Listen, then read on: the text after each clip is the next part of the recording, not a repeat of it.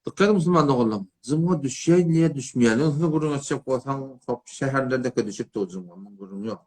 Ola kon avu ota yolunu haliyen yani. 10 sene telaşkar var, cuşkar var, çırakhane var, Hadi Behtaş var. Şu iyinin arasına gerek dağıttır, bütünün toruna bağ. Şoma ola kon avu da olsa, şonla şoma zımma kıymokluğa ecada var. Ola kon meçitleri var, avan adam şoma hemmeti üçle sığmaya, ecada var, şu tadı neme, zımma kıymokluğa. Ayıttım bağında şeraite inşa, zımma namazı yarak. Yani hayti bir zımma kıyımlıya, ayıt namazı tekmin okuyulmalı. Hayt namazı, ayıt namazı okuyulmalı, zımma oturucuların bayat bolmalı. Otam. Zımma da var şu tuğratını ben başka kendine bağlayarak bunun boyunda var. O şu tuğratını açık koyalım. Eğer bir adam peygamberin var sözünde var. Bir adam üç zımmanı bilip durup kalsa, bilgeçen kalsa, onun yüreğini muhr vur diye, muhri cehbaliyet diye, öyle o adama tova nesip etmeye diye. Zaten bunu inşallah kaim durmak gerek. Ha. Ağayn nima.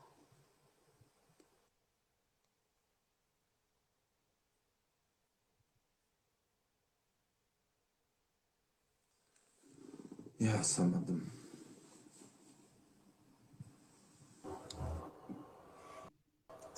Selamünaleyküm.